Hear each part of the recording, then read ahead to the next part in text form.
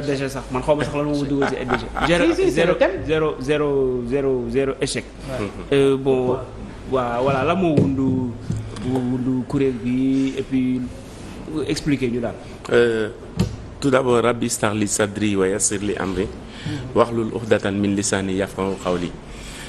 ñuy sant yàlla bu baax di julli ci Seydina Muhammad sangu-sang yi di ñaanal Sénégal yàlla na fi yàlla def jàmm comme ni ma ko waxee bi ñu tàmbalee léegi may ñaanal sama sëriñ sama yaakaaru tey ak ëllëg di Cheikh Seydi Mouhamadul Moustapha Sy Al Maktoum ibnu Cheikh Ahmed Tidiane Sy Al Maktoum di rafetlu taxawaay bi nga xam ne moom la notre capitaine am ci récréation yi ñuy dund Médina zéro échec. récréation yi ngeen dund. recréation pas pure. mais ci biir daara ji la Moustarchidine waaw maanaam nafar dund. waaw nafar dund nan la ñuy def ba jikko mën a ñoŋ. parce que dafa am loo xam ne boo ko amul ci pénc kenn du la nawloo. te li nit di gënee moromam bu sangoo bàyyi ko ci bunt bi du moom. li nit di gënee moromam buy sangoo da koy dugal ci biir douche bi. su génnee wala ak moom maanaam day continuer jusqu'à sa tombe minal lëhli minal mahdi ilal lëhli la. c'est au berceau jusqu'au flanc inconsolable de la tombe yàlla na yàlla bañ a soppi suñu jikko. Médina zéro échec dafa am constat bu ñu def ñun au sein de la Médina. ñu amoon benn mouvement bu ñuy tuddee comité des jeunes intellectuels de la Médina comité des jeunes intellectuels de la Médina moo ràbboon ñi nga xam ne mooy les élèves et les étudiants de la Médina toog di nasar di xool nan la ñuy def.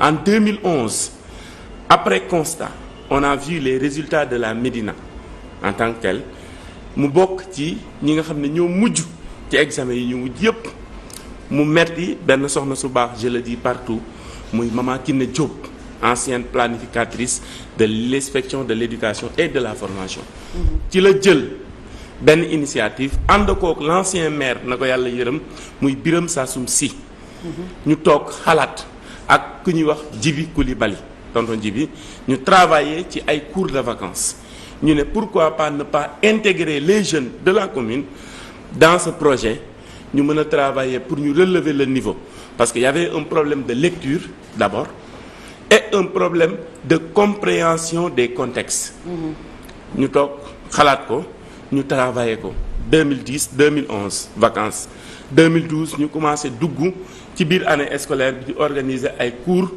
de renforcement yoo xam ne dañuy def moyennant une participation symbolique comité bi dox na yàlla am lu mu dogal ci diggante bi man en tant que président yàlla dogal na def naa concours enseignement dem naa maa ngi ci àll bi di jàngale. ñu continuer di travailler en 2014 rupture am je ne sais pas quelle est l'origine. bi ñu ñëwaatee ñu xalaat ñu ne pourquoi pas ñuy baisser les bras comme qu'on est retourné sur Dakar. pourquoi pas ñu mën a organiser wu. ñu ne on va mettre en place benn cadre parce que cadre bële commencé na indi ay ñolk par des faits politiques. ku ci nekk di am fooy aw ay yow mu indi problème ñu ne nañ ko teg ci suuf. et on va mettre en place ce qu'on appelle la nouvelle orientation c'est-à-dire revoir les choses autrement que ce que nous faisions. Et dans l'unité c'est pourquoi le mot unitaire ou à la Médina ñu ne de la Médina ce qui a donné le sigle NUM. ñu ciy travaillé depuis 2016 on a commencé à mettre en place des projets structurels éducatifs soutenus par des gens de la commune ñu ciy ànd ak ñun di ci travailler première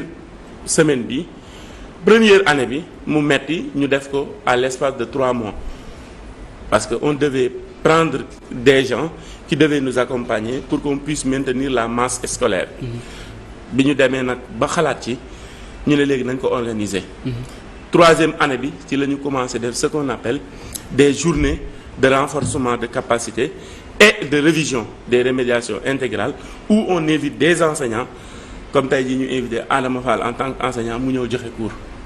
On invite des enseignants d'autre part ñu ñëw joxe cours suñu paree ñun moyennant ce qu'on dispose ñu jox la transport nga mën a dem. parce que loolu mooy objectif bi.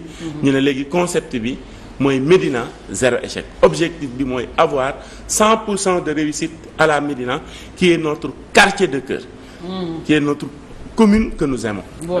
Au-delà des études da ngeen ci yenn secteur ngeen ko da ngeen ko lawal ci secteur yeneen secteur wala ci njàng bi ngeen ko. déedéet yamuñu ci jàng bi kase parce que tamit comme ni ngeen ko waxee ci thème bi nii dafa am vers un cadre de vie. dafa am lu mu laaj. maanaam quand tu es dans un environnement. su lépp ñëwul rek problème day am. Adama Fall jàngalekat la xale bi buy ñëw à l'école dafa am une préparation avant muy ñëw école en classe. et tamit une préparation d'après. une préparation avant bi dañ ciy gis le cadre de vie général fan la xale bi di dem fan la dëkk koñam naka la mel yooyu noonu yëpp ñu ciy xalaat ñun ñu def benn structure sociale. nan la ñuy def ba xale bii nga xam ne tey pour 1000 francs il a des problèmes à l'école ñu xool nan la ñuy jël pour mën ko gérer xale bi nga xam ne sur le plan social.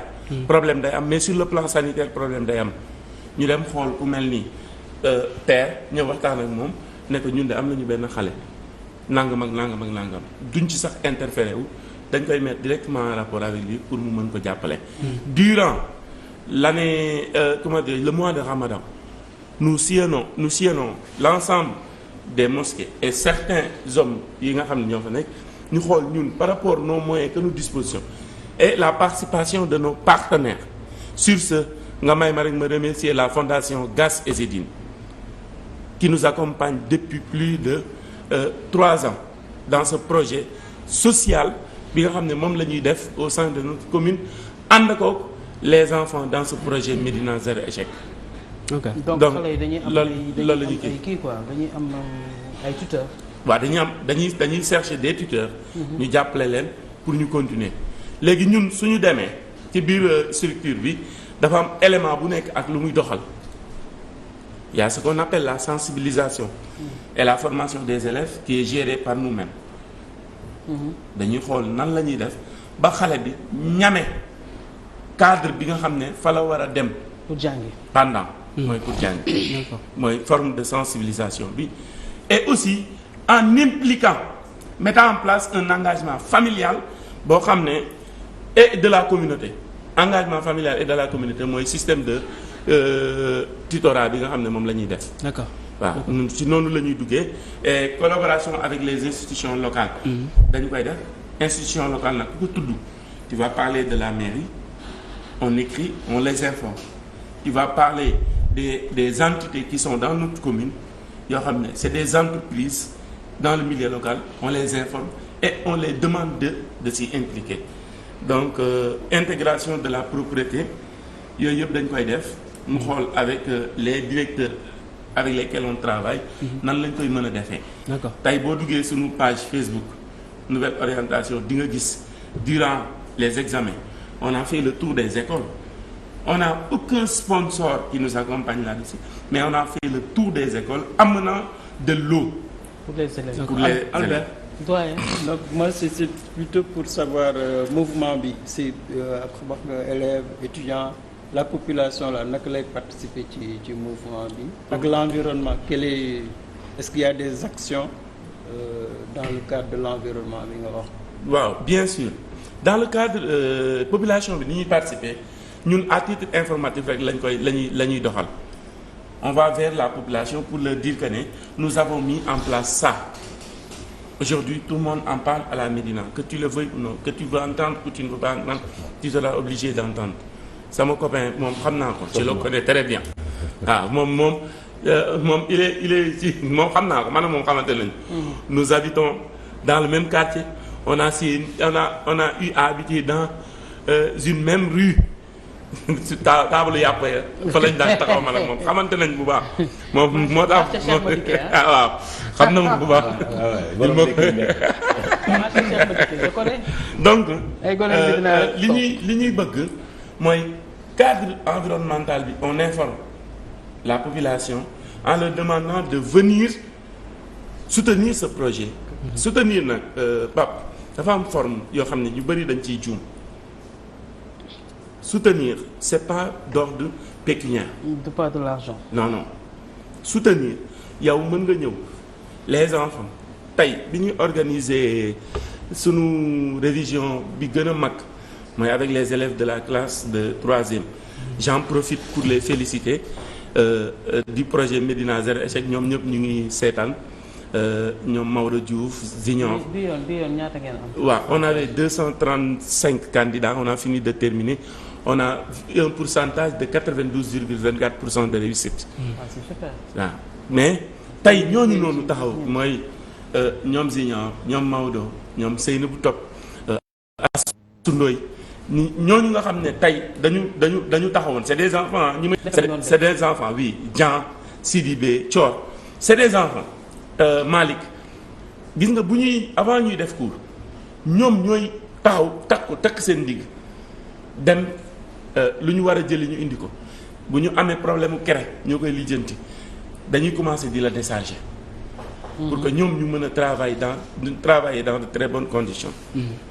Premier jour bi on avait que 2 classes dem nañu ba mu jéegi xajuñu ci 2 classes léegi nag ñu continuer di travailler population bi on les demande de venir il y a certains qui ont compris le message par la personne de par exemple à part ñi nga xam ne ñoom ñoo ñuy jàppale au fond il y a Chérif Massali bi nga xam ne Médina la dëkk Omar Silla moom xam na ko Médina la dëkk non c'est une forme xam nga lu tax ma wax loolu dama lay fayloo de. amul problème mais ñooñu moom xam nga bu ñu leen woowee kees di la metti trop. waaw mu ngi noonu léegi ñooñu. dañ lay fekk fi ngay liggéeyee avec les enfants les professeurs sont là sur le plan d'implication sociétale ñu ñëw indil la ndox. par exemple ndox joxal la ko xale yi. les enfants vont boire pour qu'ils puissent être à l'aise. Adama Fall xam na classe su Médina yi kenn du ko jàngal. donc Adama. waaw. oui bon maa ngi koy nuyu